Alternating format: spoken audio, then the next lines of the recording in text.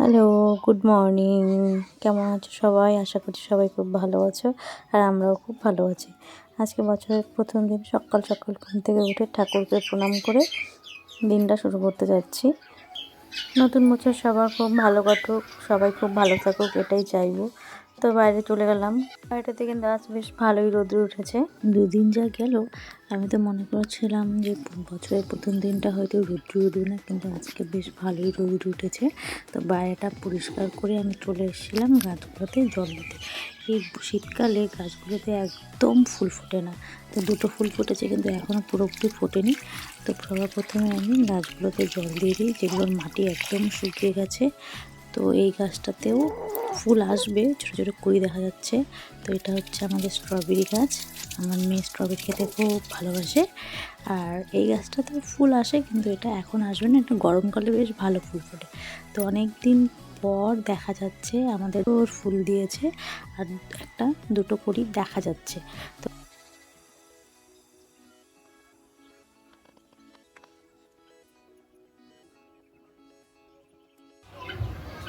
তো কালকে বাজার থেকে ওর পাপা শাক নিয়ে এসেছিল, সেটা আমি বাইরে কুয়াশাতে রেখে দিয়েছিলাম।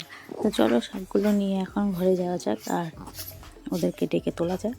তো আমি ঘরে চলে আসলাম, আর এদিকে দেখো মেয়ে আর ছেলে এখনও ঘুমাচ্ছে। ওর বাবা তো সকাল সকাল বাজারে চলে গেছিলো। তো ওদেরকে একটু পরেই আমি ডাকবো। তার আগে আমার যেটা কাজ, অনেক কাপড় চোপড় জমে আছে, কাপড়গুলোকে মেশিনে দিয়ে দিলাম, কারণ বাইরে গিয়ে এত ঠান্ডা জল দিয়ে ধোয়াটা একটু চাপের, ছোটো বাচ্চা যেহেতু। তো মেশিনে আমি কাপড়গুলো দিয়ে দিলাম।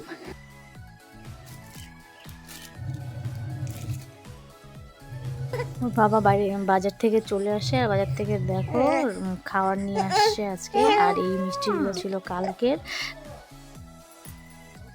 দিদিভাই এখনো ওঠে না, দিদিভাই এখনো ওঠে নাই তো। দিদিভাইকে তুমি ডাকতে পারলা না। দিদিভাই ওঠো, বাবা খাবার নিয়ে আসছে, আমরা এখন সবাই খাবো। কেন ডাক দাও নাই তুমি? আমার ছেলেও উঠে গেছে, তো ছেলেকে নিয়ে একটু আমি আদর করছিলাম। আর মেয়েকে ওর বাবা ডাকছে, মেয়ে এখনও উঠেনি। তো মেয়ে ওঠার পর সবাই মিলে আমরা সকালের খাবারটা খেয়ে নিব। মাম্মা ওঠো, এই দেখো ভিডিও বানাবে না, ভিডিও ভিডিও। হ্যাঁ বাবা দেখ কি খাবার নিয়ে আসছে, তাড়াতাড়ি আয়। তাহলে আমরা খেয়ে নিলাম, খেয়ে নিব। তাতাই যে কালকে কি পাঠিয়েছিল। গুড মর্নিং, কত ঘুমিয়েছে রে। তাতাই কি আনছে আমি খেয়ে নিব সব। ভাইকে এখন দেওয়া যাবে না, তুমি নামো। দেখ দেখ দেখ দেখ দেখ দেখ, ওঠো, ঠান্ডা হয়ে গেল সব।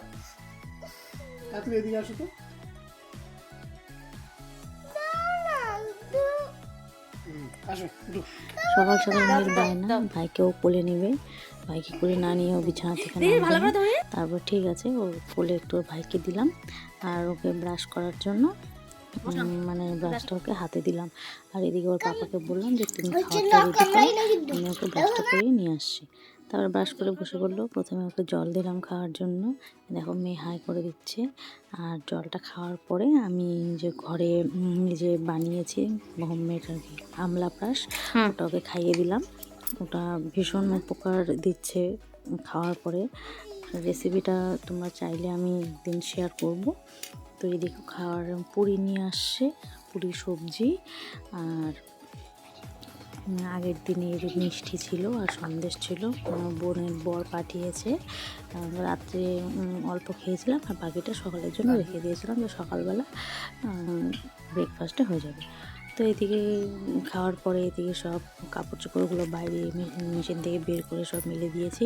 ছেলেকে এদিকে ঘুম পাড়ানো হয়ে গেছে, ঘুম পাড়িয়ে তারপরে যাবো রান্নাঘরে, কারণ না ঘুমালে তো রান্নার ব্যবস্থা করতে পারবো না। তো ছেলেকে ভালোভাবে ঘুম পাড়িয়ে শুয়ে দিয়েছিলাম, শুয়ে দিয়ে তাই যে রান্নাঘরে চলে আসলাম রান্না করার জন্য। তো আজকের স্পেশাল মেনু হচ্ছে রাইস আর মাটন কষা। তো ফ্রাইড রাইসের জন্য ভাতটা আমি বসিয়ে দিয়েছি। তো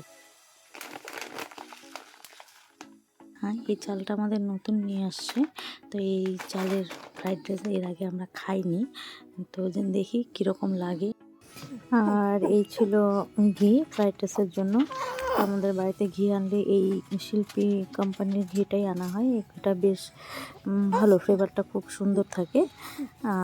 তো এদিকে চালটা আমি এখন ঢেলে নিচ্ছি, মোটামুটি দুপুরের জন্যই করব। তো প্রথমে চালটা ভালো করে ধুয়ে তার মধ্যে ঘি মাখিয়ে রেখে দিব, কিছুক্ষণের জন্য রেখে দিব। আর এদিকে হাঁড়িতে জল, মানে জলের সঙ্গে কয়েকটা তেজপাতা, কয়েকটা দুটো লবঙ্গ, দুটো এলাচ মানে থেতো করে জলের মধ্যে দিয়ে দিয়েছি, আর সামান্য পরিমাণে ঘি। ঘিটা দিলে কি হয়, তাহলে ভাতটা একদম সুন্দর ঝরঝরে থাকবে, একটার গায়ে একটা লেগে থাকবে না। আর এদিকে ফ্রাইড রাইসের জন্য আমি মটরশুঁটি, গাজর, বিনস, ক্যাপসিকাম সব নিয়ে নিয়েছি। এগুলো হচ্ছে গিয়ে মাংসের জন্য পেঁয়াজ, রসুন, আদা এগুলো সব নিয়ে নিয়েছি।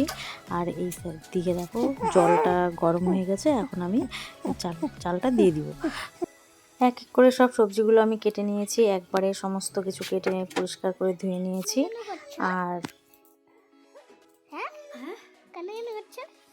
একদিকে আমার মেয়ে ক্যামেরা ধরে দিয়েছে, পেঁয়াজ কাটতে কাটতে তো আমার একদম চোখ দিয়ে জলই বেরিয়ে গিয়েছিলো, মনে হচ্ছে আমি কান্না করছি। মেয়ে বারবার জিজ্ঞেস করছিলো, মাম তুমি কেন কান্না করছো, মাম তুমি কেন কান্না করছো। আসলে তো কান্না করছি না, পেঁয়াজ কাটতে তো চোখ দিয়ে জল বেরোবে। তো আমার মতন তোমাদের আর কার কার এরকম হয় পেঁয়াজ কাটতে চোখ দিয়ে জল বেরোয়, কমেন্ট করে জানি। এদিকে আমি খুব তাড়াহুড়ো করছিলাম রান্নার জন্য, ছেলে এদিকে কান্না করছে। আর এইদিকে হচ্ছে আজকে আমাদের বাড়িতে আরেকজন অতিথি আসবে, যার জন্য আমি আরও তাড়াহুড়ো করছি। তো কিছুক্ষণ পর চলে আসবে, আসলে পরে তোমরা দেখতে পাবে। তো এই দেখো সমস্ত কাটাকুটি রেডি, ভাতটাও আমি মাছ ঝরিয়ে নিয়েছি। আর কড়াইতে সামান্য তেল, কড়াইটাও গরম হয়ে গেছে, কড়াইটাতে আমি তেল দিয়ে দিয়েছি। এগুলো অল্প অল্প করে ভেজে নেব। প্রথমে বিনসটা ভেজে নিচ্ছি, কারণ বিনসটা একটু শক্ত, তো তার জন্য একটু ভালো করে না ভেজে নিলে পরে সেটা মানে শক্ত হয়ে যাবে, তাই ঢেকে ঢেকে একটু ভেজে নিচ্ছি। একে একে গাজর, তারপর ক্যাপসিকাম, বাদ বাকি যা আছে এগুলো আমি তাড়াতাড়ি করে ভেজে নিচ্ছিলাম। গাজরটাও শক্ত, তার জন্য আগে থেকে একটু ভেজে নিতে হবে। আর এই দেখো আমাদের অতিথি চলে আসছে। অতিথি হচ্ছে আমার মা। আমার মা আজকে আসলো অনেক দিন পর। মা আসছে, তো আমার এখন একটু সুবিধা হবে, কারণ দুটো বাচ্চা নিয়ে একা একা সমস্ত কিছু সামলানো খুব আমার কষ্ট হয়ে যায়। তাই মা, আমার মেয়ের কষ্ট তো আর মা দেখতে পারে না, তাই মা চলে আসছে আমাকে হেল্প করার জন্য। সবজিগুলো না সাদা তেল দিয়ে ভাজলে ভালো হয়, কিন্তু আমার কাছে সাদা তেল ছিল না, তার জন্য আমি সরষের তেলটাই ব্যবহার করেছি। যেই তেলের মধ্যে আমি গাজর, বিনস এটা ভেজে নিয়েছিলাম, ওই একই তেলের মধ্যে কাজু আর কিশমিশটা আমি দিয়ে দেবো। কাজু কিশমিশটা আগেই পরিষ্কার করে গরম জল দিয়ে রেখেছিলাম। আর তার মধ্যে এখন ক্যাপসিকামটা দিয়ে দিলাম। এগুলো হালকা ভেজে নেওয়ার পর, হালকা ভাজা হয়ে গেলেই আমি এখন আস্তে আস্তে ওই ভাতটা আমি দিয়ে ভালো করে মিক্স করে নেব। এগুলো হচ্ছে মাটন করবো, সেজন্য এগুলো আমি কেটে নিয়েছি। আর গোটা রসুন তো দেবই মাংসের মধ্যে, আমার গোটা রসুন আমাদের সবার বেশ ভালো লাগে। তোমাদের কাদের কাদের ভালো লাগে সেটাও জানিও। এই পাশে তো একদম সব নোংরা হয়ে রয়েছে, এগুলোকে আমাকে পরিষ্কার করতে হবে। আর এখন একটু আমি বাইরে চলে আসলাম, দেখি আমার মেয়ে কী করছে। হেয়ারবেল ভেজা মাথায় হেয়ারবেল দেওয়া যায় না। বাইরেটাতে দেখো কত কাপড়, সারা বাড়ি জুড়ে কাপড় আর কাপড়। দুদিন যেহেতু রোদ্র উঠেনি, সেই জন্য আজকে বেশিরভাগ কাপড়গুলোই আজকে ধুয়ে মেলে দেওয়া হয়েছে। কি সেই রেসিপি হচ্ছে আজকে, পরে বলবো। আমার মেয়ে আমাকে জিজ্ঞেস করছিল, মামা আজকে কী রেসিপি হচ্ছে, জানে না আজকে কী রান্না হচ্ছে। ও আমার মেয়েও কিন্তু মাটন খেতে খুব ভালোবাসে, ফ্রাইড রাইসটা অতটা পছন্দ করে না, তবুও আজকে একটু খাওয়াবো, কারণ সব কিছু খেয়েই তো টেস্টটা বুঝতে হবে, তাই না। সমস্ত কিছু যেগুলো আমি আগে থেকে ভেজে রেখেছিলাম ওগুলো এখন সব আমি দিয়ে দিলাম। সাথে স্বাদ মতো আমি চিনিটাও দিলাম, কারণ চিনিটা আমি একটু কম দেবো, কারণ মিষ্টি অতটা পছন্দ করি না। চিনি, তারপরে হচ্ছে ঘি দিয়ে সব কিছু ভালো করে মিক্স করে আমি ফ্রাইড রাইসটা কমপ্লিট করে ফেললাম। দেখো মোটামুটি আমার অলমোস্ট রেডি। এদিকে এক সাইডে আমি মাংসের আলুটা ভাজতে আরম্ভ করে দিয়েছি। মাংসের আলুটা একটু লাল লাল করে ভেজে এই মিক্সারের পটে যেগুলো আমি নিচ্ছি পেঁয়াজ রসুন আদা লঙ্কা এগুলো আমি মাংসের মশলার জন্য রেডি করব, আর বাকিগুলো সম্বাসে দিয়ে দেবো। তো তেলটা আমার গরম হয়ে গেছে, আমি এখন ওই আলু যে ভেজেছিলাম ওই ভাজার তেলের মধ্যে দারচিনি লবঙ্গ এলাচ তেজপাতা সব দিয়ে পেঁয়াজটাকে লাল লাল করে ভেজে নেব। আর এদিকে মা কাজে লেগে গেছে, মা এদিকে মাংসটা পরিষ্কার করে আমাকে দিল, নাহলে তো অনেকটাই দেরি হয়ে যেত। তো পেঁয়াজটা ভাজা হলে আমি মাংসটা দিয়ে দেবো, মাংসটা অল্প ভাজা হলে পরে তারপরে আমি যে মশলাটা করেছি সেই মশলাটা দিয়ে ভালো করে ভেজে মানে কিছুক্ষণ ঢাকা দিয়ে, মানে এটা যে যার ইচ্ছে মতো করতে পারো, আমি আমার সুবিধা মতো আমি করছি। না আমি আবার কি জানি আমি ভাবছি তুমি আবার ফার্স্ট থাকো কি না থাকো বাইরে যদি থাকো ওই জন্য আমি আরো চিন্তা করছি তো নিয়ে আসো।